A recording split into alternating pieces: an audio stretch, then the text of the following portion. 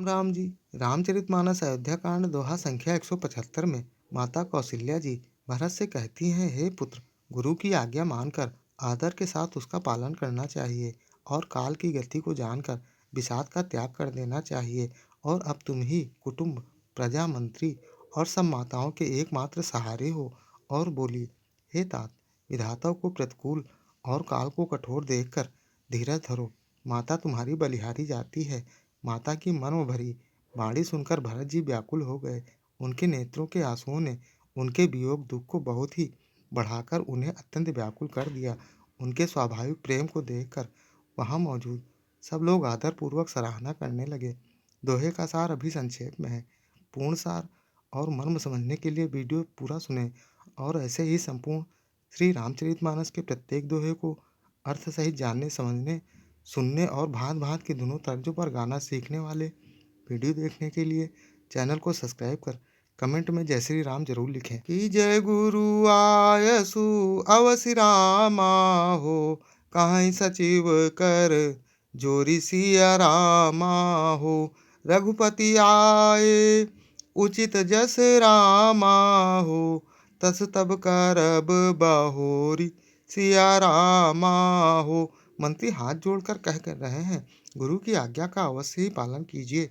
श्री रघुनाथ जी के लौट आने पर जैसा उचित हो तब फिर वैसा ही कीजिएगा। कौशल्याधरी धीरजु कहई हो, पूत पथ्य गुरु आयसु अहई हो। सो आदर ही करे हित मानी हो, तजई बिसादु काल गति जानी हो। कौशल्या जी धीरज धरकर कह रही हैं, हे पुत्र, गुरु की आज्ञा पथ्य रूप है, उसका आदर करना चाहिए और हित मानकर उसका पालन करना चाहिए। काल की गति को जानकर विषाद का त्याग कर देना चाहिए। बन रघुपति सुरपुर नर नाहु हो, तुम यही बाती तात कदराहु हो। परिजन प्रजा सचिव सब अम्बा हो, तुम ही सूत सब काह अवलंबा हो। श्री रघुनाथ जी वन में हैं। महाराज स्वर्ग का राज करने चले गए और हे तात, तुम इस प्रकार कतार हो रहे हो। हे पुत्र, कुटुंब, प्रजा, मंत्री और सब माताओं के सबके एक ही तुम सहारे हो।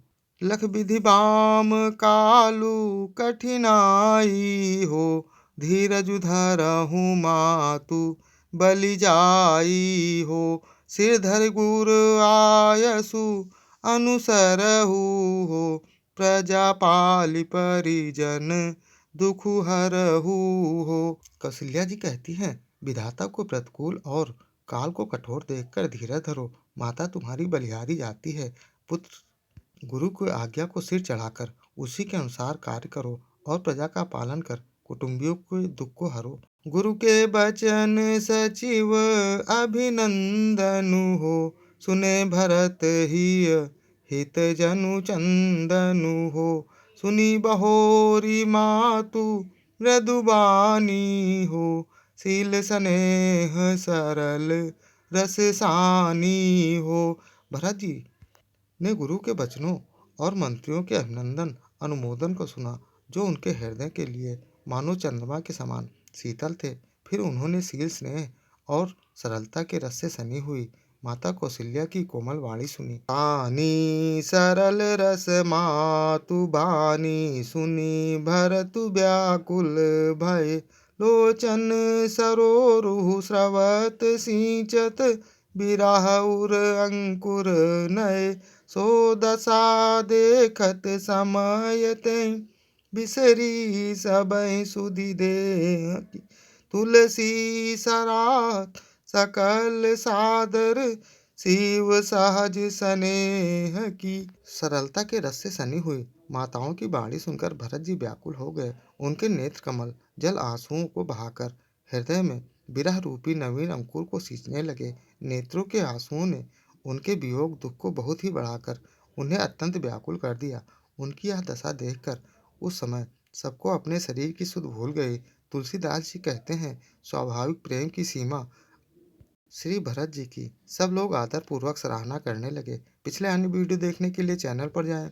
या फिर बिना स्पेस दिए हैशटैग बालकांड दोहा या अयोध्या कांड दोहा संख्या डालकर सर्च कर देख सकते हैं। जय श्री राम।